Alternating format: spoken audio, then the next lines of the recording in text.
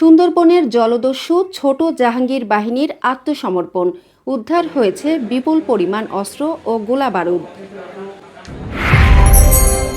দৈনিক 10 star BD24, সত্যের সন্ধানে আমাদের যাত্রা।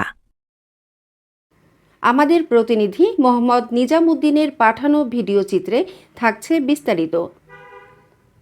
সুন্দরবনের জলদস্যু ছোট জাহাঙ্গীর বাহিনী প্রধান জাহাঙ্গীর সহ ২৭ জন দস্যু, ৩টি বিদেশি বন্দুক, একটি 8 শুটার, একটি 4 শুটার, 5টি দেশীয় একনালা বন্দুক, 15টি দেশীয় পাইপগান, 2টি চায়না পাইপগান, 340 রাউন্ড তাজা গুলি ও 55 রাউন্ড ফাঁকা কার্তুজ জমা দিয়ে কোস্টগার্ডের কাছে আত্মসমর্পণ করেছেন।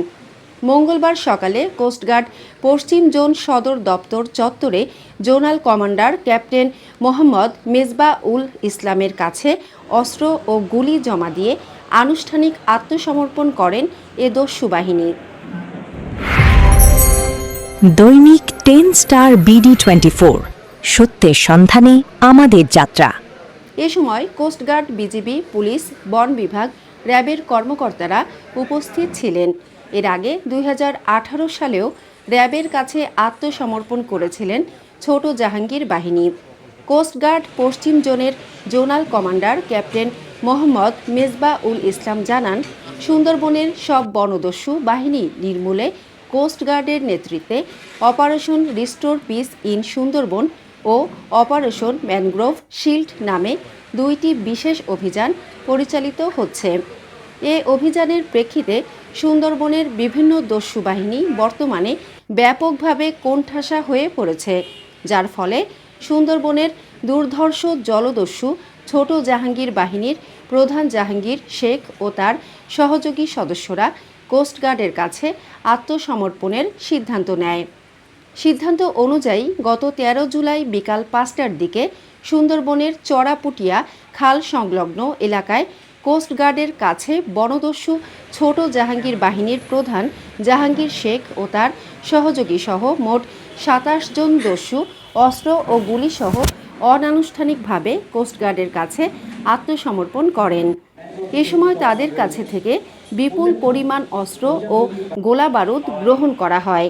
এরপর আজ 14 জুলাই মঙ্গলবার সকালে কোস্টগার্ড পশ্চিম জোন সদর দপ্তরের বনদস্যু ছোট জাহাঙ্গীর বাহিনীর আনুষ্ঠানিক আত্মসমর্পণ সম্পন্ন হয়। এর আগে 2018 সালেও ছোট জাহাঙ্গীর বাহিনী র্যাবের কাছে আত্মসমর্পণ করেছিল।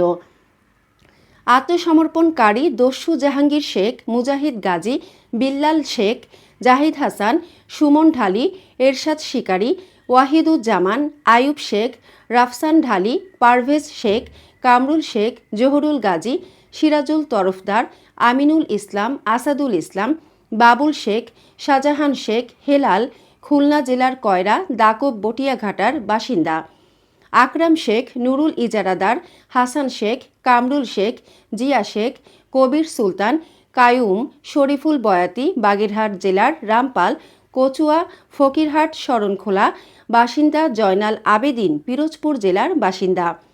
কোস্টগার্ডের এ কর্মকর্তা আরও বলেন, সরকারের জিরো টলারেন্স নীতির আলোকে সুন্দরবনের সব দস্যু বাহিনীকে দ্রুত আত্মসমর্পণের আহ্বান জানাচ্ছি।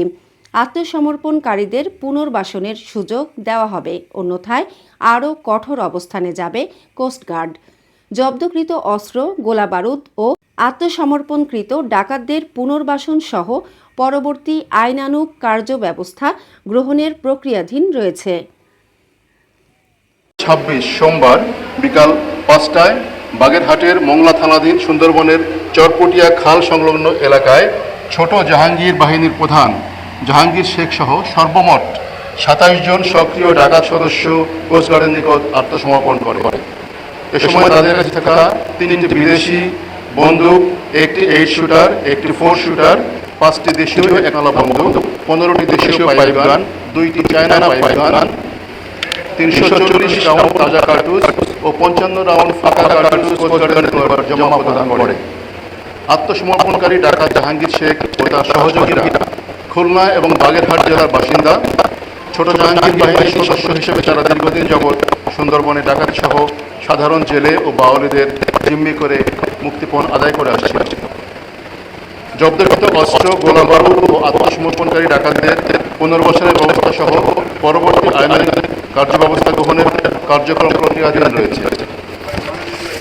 সুন্দরবনের সকল সক্রিয় বনদস্যুকে বাংলাদেশ কোস্টগার্ডের নিকট আত্মসমর্পণ করে স্বাভাবিক জীবনে ফিরে আসার আহ্বান জানাচ্ছি। আত্মসমর্পণকারীদের ঊর্ধ্বতন কর্তৃপক্ষের মাধ্যমে পুনর্বাসনের সুযোগ দেওয়া হবে। অন্যদিকে যারা অপরাধমূলক কর্মকাণ্ড অব্যাহত রাখবে তাদের বিরুদ্ধে সরকারের জিরো টলারেন্স নীতির আলোকে কঠোর আইনানুগ ব্যবস্থা গ্রহণ করা হবে। সরকারের নির্দেশনা, আপনাদের সকলের সহযোগিতা এবং অন্যান্য আইন শৃঙ্খলা বাহিনীর সমন্বিত প্রচেষ্টার মাধ্যমে সুন্দরবনকে সম্পূর্ণরূপে দোষমুক্ত করা সম্ভব হবে বলে আমরা আশাবাদী। সকলকে অনেক ধন্যবাদ।